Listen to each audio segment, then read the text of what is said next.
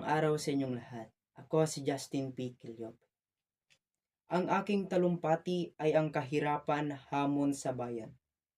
Ako po ay narito ngayon upang magsalita tungkol sa isang isyong matagal nang kinakaharap ng ating bansa, ang kahirapan.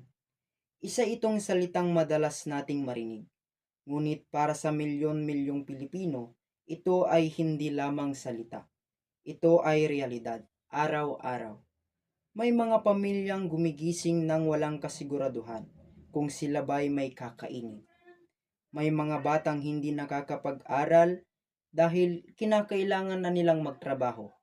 May mga ina't ama na kahit anong kayod ay hindi pa rin maging sapat ang kinikita para sa kanilang pamilya. Ang kahirapan ay hindi lamang kawalan ng pera. Isa rin itong kawalan ng oportunidad ng edukasyon, ng serbisyong pangkalusugan, at ng karunungan. Habang ang iilan ay namumuhay sa karangyaan, ang nakararami naman ay patuloy na nilalamon ng sistemang hindi patas. Ngunit ang tanong, hanggang kailan? Hindi natin maikakaila na may mga programa ang pamahalaan upang tugunan ito. Ngunit sapat ba? Epektibo ba? Nararamdaman ba ito ng mga nangangailangan? Kaya bilang kabataan ay may bahagi rin tayo sa laban kontra kahirapan.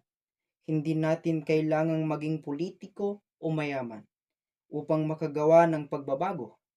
Sa simpleng paraan, pag-aaral ng mabuti, pagiging mulat sa mga isyo at pagtulong sa kapwa ay maaari tayong maging bahagi ng solusyon. Kaya't ang kahirapan ay hindi kapalarang dapat tanggapin. Ito ay hamong dapat labanan. Tayo ang pag-asa ng bayan at kung tayo'y magkakaisa, walang imposibleng makamit. Maraming salamat po.